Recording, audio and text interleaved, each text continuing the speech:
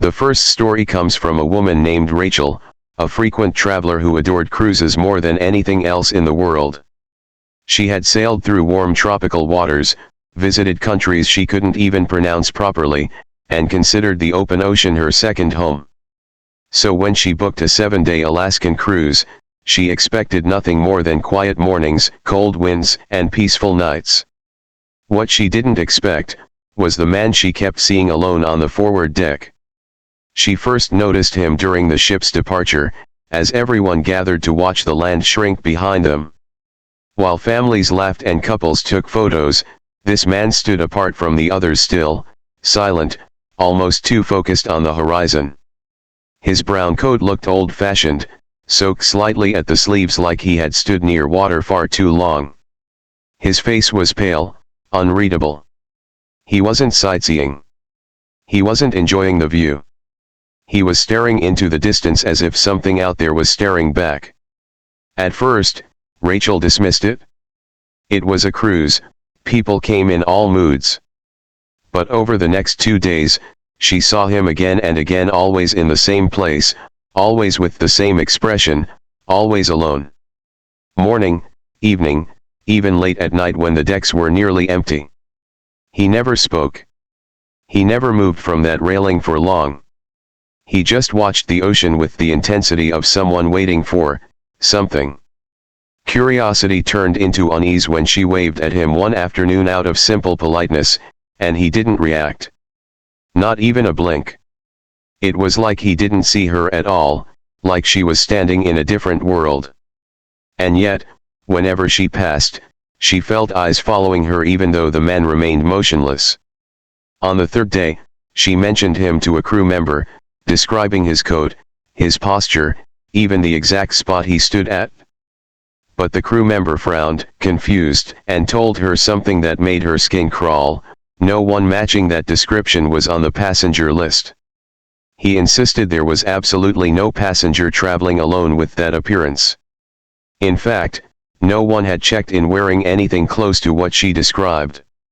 Still uneasy, Rachel asked security to review a section of footage just to reassure herself she wasn't imagining him.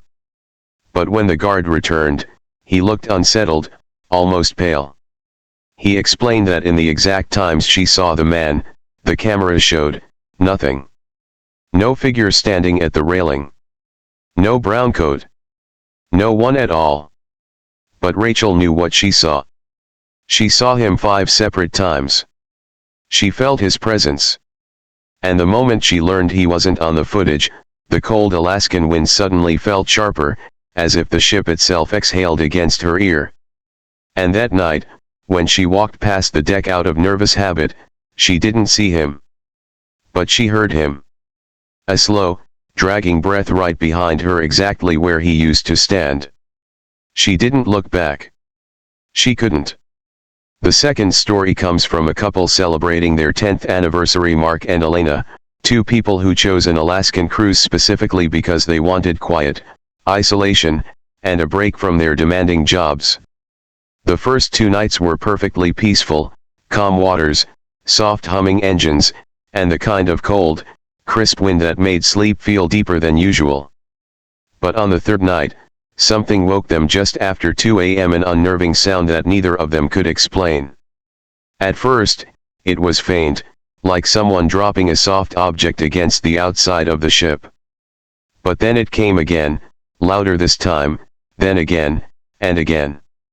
A steady, deliberate rhythm. Not random. Not accidental. It was coming from the hull, directly beside their cabin wall, as if someone or something was knocking from the outside of the ship. Mark assumed it had to be the waves, maybe ice shifting in the water. But the knocks were too evenly spaced, too intentional, almost like a pattern. 3 knocks, a pause, 2 knocks, a longer pause, then 3 again. Elena felt the mattress tremble slightly with each impact.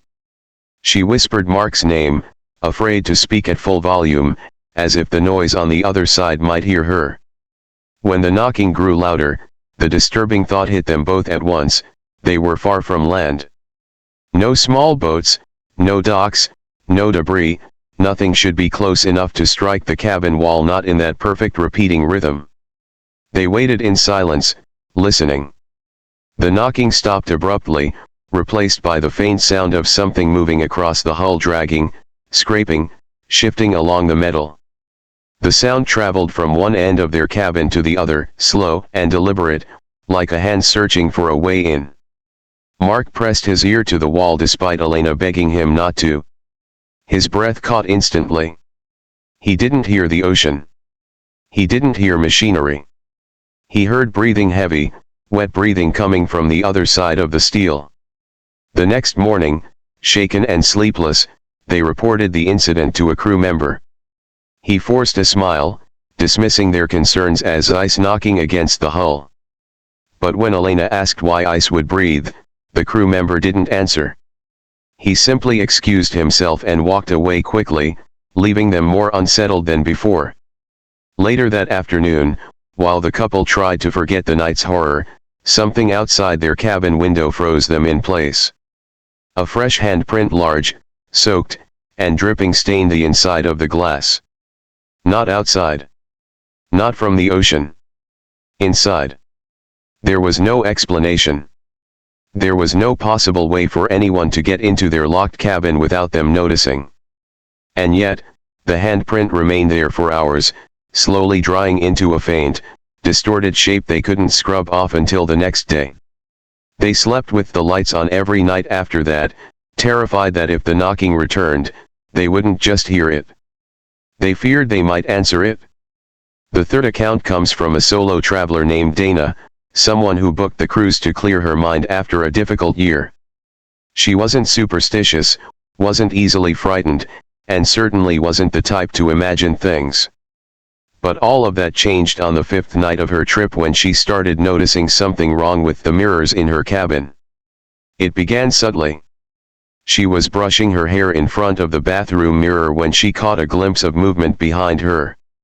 She turned quickly, expecting to see someone, maybe a crew member entering by mistake, maybe a shadow cast from the hallway. But the cabin was empty, the door locked, and everything was still. When she looked back at the mirror, everything appeared normal.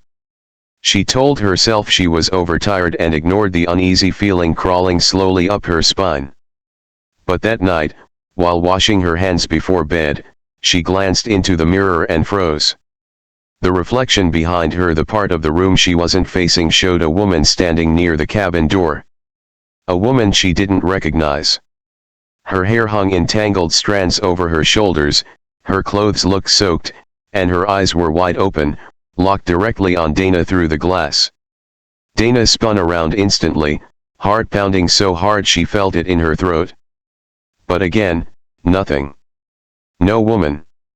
No wet footprints. No sound of a door opening or closing. The cabin was empty except for her.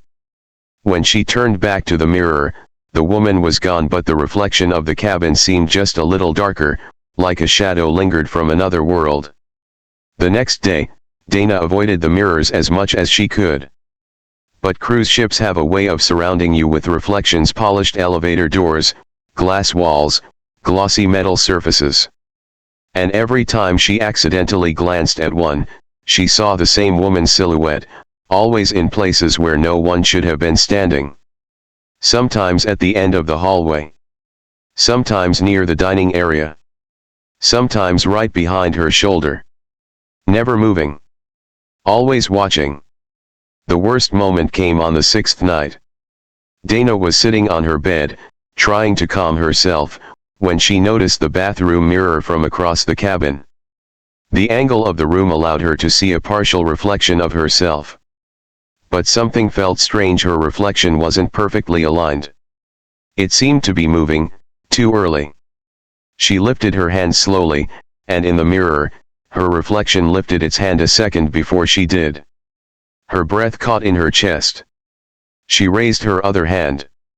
The reflection moved first, again deliberate, intentional, a second ahead of her, as if whatever was inside the mirror wasn't copying her, but anticipating her.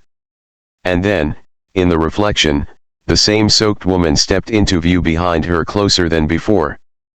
But when Dana turned around, the cabin was empty. The air felt colder, heavier, and the faint scent of seawater filled the room despite the windows being tightly sealed. That was the night Dana stopped sleeping entirely. She sat awake until sunrise, staring at the mirror, afraid to blink, terrified she might catch the reflection smiling again, or see the woman step out of it altogether. The fourth story comes from a retired couple, Arthur and Lillian, who had spent their entire lives traveling. Cruises were nothing new to them. They knew the routines, the dining halls, the deck schedules, even the little shortcuts to avoid crowds. But on their Alaskan cruise, they met someone who didn't fit anywhere. Someone they now believe never should have been on that ship at all. It happened on their second evening aboard. They were trying to find a lounge that had changed locations since their last trip, and they looked a little lost in the hallway. That's when a young crew member appeared, tall, polite, with a warm smile that immediately reassured them. He wore an older-style uniform the couple didn't recognize, with a slightly faded name tag that read Thomas.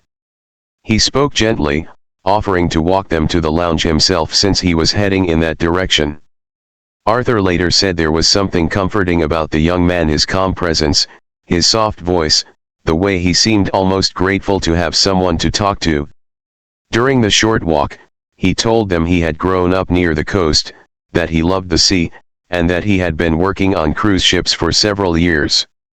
It was a short, pleasant conversation, one that made them feel welcomed. The next morning, wanting to thank him properly, they approached a supervisor and asked where they could find the crew member named Thomas. The supervisor paused, confused, and asked them to repeat the name. When they did, the supervisor's expression changed completely. His smile faded, and he looked uncomfortable, almost unnerved. He told them quietly that no one named Thomas worked on the ship. Not anymore. According to him, the only crew member by that name had died during a storm 2 years earlier, on that very route. He had been swept down a maintenance stairwell when a wave struck unexpectedly, and his body was never recovered. His cabin, the supervisor said, had been closed off permanently and converted into a storage space. Arthur and Lillian didn't believe it at first. They insisted the supervisor was mistaken. They described Thomas in detail: his hair, his height, his distinct uniform. But the supervisor shook his head slowly. The description matched perfectly. The uniform matched perfectly. Even the faded name tag matched perfectly. Still, the couple tried to convince themselves it was an odd coincidence, maybe a different Thomas, maybe a misunderstanding. But later that night, as they walked past a quiet hallway, they heard something that made their blood run cold. Through the thin metal door of the sealed storage room, the one that used to be Thomas's cabin, they heard soft footsteps pacing inside. Then a faint, familiar voice humming the same tune he had been humming the night before. Arthur leaned in closer, barely breathing. The humming stopped abruptly, and someone on the other side whispered his name. He didn't open the door. He just took Lillian's hand and walked away as calmly as he could, trying not to look back, trying not to acknowledge that whatever was in that room knew exactly who they were. When they asked another crew member about the sealed cabin the next day, she simply shook her head and warned them not to go near it. When they pressed her for why, she only said one thing. The fifth story comes from a 17-year-old named Caleb, a kid who loved two things more than anything else: exploring new places, and live streaming everything he did. His content wasn't anything special, mostly travel clips, silly moments with friends, and random late-night rambling sessions. But on this cruise, something happened to him that his followers still talk about in terrified whispers. On the second night of the trip, Caleb decided to stream from the upper deck. The fog was unusually thick, so heavy it looked like the ship was slicing through clouds instead of water. The deck lights were swallowed by the haze, barely illuminating the railing. It felt eerie, but to Caleb, it was perfect for views and engagement. He propped his phone up, hit go live, and started joking with his viewers about the ghost weather. For the first few minutes, everything was normal, comments rolling in, people teasing him for being outside in the cold, the usual chatter. Then someone typed something strange. "Who's that behind you?" Caleb laughed, assuming it was a prank. But then more comments started appearing. "Bro, something just moved. Turn around. There's someone in the fog." Caleb spun around instantly, pointing the phone toward the railing. The fog swirled in quiet waves, illuminated by the deck lights, but there was nothing there. No figure. No movement. Just the ship cutting through endless gray. He turned back to the stream, trying to brush it off. But the comments kept coming, now more frantic. "Dude, I'm serious, something is crawling. It's closer now. Look under the railing." Caleb's smile faded. He aimed his phone lower, angling toward the deck floor. Again nothing. Just shadows and fog. But the chat erupted in panic. "It's right behind you." Caleb turned so fast he nearly dropped the phone. Still nothing. But something else happened, something the viewers couldn't see. A sudden cold breeze brushed the back of his neck, and he heard a faint scraping sound coming from the far end of the deck, like nails dragging across metal. He whispered into the stream, voice shaking, asking if anyone was messing with him. But the comments had changed. No more jokes, no more teasing. Now they were all the same warning. "Get inside." Caleb ended the live abruptly and ran back toward the stairwell, laughing nervously to convince himself it was just fog, just shadows, just imagination. But a crew member found him minutes later sitting on the floor of the hallway, pale and trembling. He couldn't explain what happened, only that he felt like he'd gotten lost, not on the ship, but between the decks. He said he remembered running down the stairs, yet somehow, he ended up in a part of the ship he had never seen before, a dim hallway that felt abandoned, colder than the rest of the vessel. He swore he walked for what felt like 10 minutes, calling for help, until suddenly, without warning, he stepped through a door and found himself right back where he started. His phone was still warm in his hand. His stream was still open. And the last frame on the screen before the video froze showed something his viewers had missed at first. A faint silhouette crawling toward him through the fog. The sixth story comes from a group of friends who had booked the cruise as a spontaneous getaway. They were adventurous, fearless, the type who laughed at ghost stories, until they found themselves standing in front of Lifeboat 14, a lifeboat that was sealed tight and never used, always hanging quietly off the side of the ship. It started innocently enough. They were walking the deck, joking about which lifeboat they would choose if an emergency ever came. When they reached Lifeboat 14, the atmosphere shifted. It was as if the boat itself carried a weight, a presence. The paint looked newer than the others, but it had streaks of something dark, wet, and almost alive along the edges. The group laughed nervously and decided to ignore it, but then they heard it, soft scratching, like nails dragging along metal, coming from inside the boat. At first, they convinced themselves it was the wind. But the scratches grew louder, deliberate. One of them, Tom, leaned closer, peering into the small opening near the top. That's when the faintest sound of a scream reached their ears. High-pitched, urgent, full of terror. It lasted only a second, but it was enough to make their hearts stop. When they called a crew member over, asking why they would hear screams from an empty lifeboat, the response was immediate and cold. The crewman's face paled, his jaw tightened, and he barked at them to move away. He refused to explain, but his body language spoke volumes. Something inside that boat was not meant to be disturbed. That night, the group stayed on their cabin deck, trying to pretend it was nothing, but every faint groan from the lifeboat section made them jump. By midnight, one of them swore they saw movement, shapes shifting just beyond the small windows of the boat. Shadows that didn't belong. And though they told themselves it was impossible, by the end of the cruise, they all agreed on one chilling detail: the scratches, the whispers, the occasional scream. Lifeboat 14 had been active only while the ship was at sea. Once the port was near, it fell silent, as if nothing had ever been there. The seventh and final story comes from a former cruise ship officer named Victor, a man who had spent decades at sea and had seen things that would make most people run screaming. He had grown used to strange occurrences, odd noises in empty corridors, passengers who swore they felt watched, shadows that moved against the laws of physics. But nothing he had ever witnessed compared to that night, the night when the ship itself seemed alive. Victor was stationed near the bow of the ship when he first noticed it.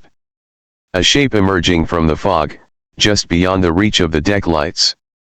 It was tall, impossibly thin, and pale, almost blending into the misty horizon.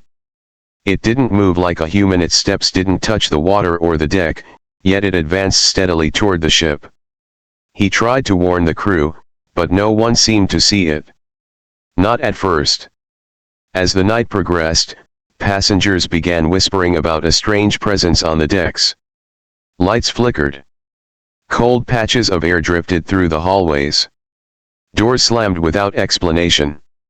And the figure in the fog, it never left. It simply followed, always just beyond sight, a silent, patient watcher. Victor described how, as the ship drifted farther from the Alaskan port, the figure became bolder. It moved closer, inching along the hull, appearing sometimes in the reflections on the water. Crew members who had laughed at initial reports now stayed inside, avoiding the upper decks entirely. By the third hour of darkness, the figure reached the edge of the deck lights.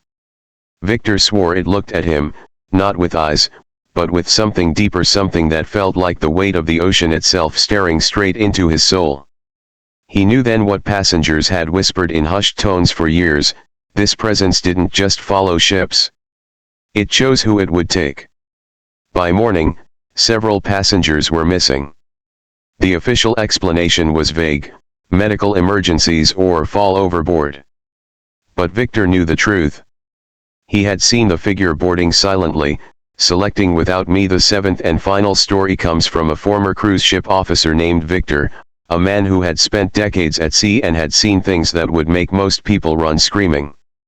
He had grown used to strange occurrences, odd noises in empty corridors, passengers who swore they felt watched, shadows that moved against the laws of physics. But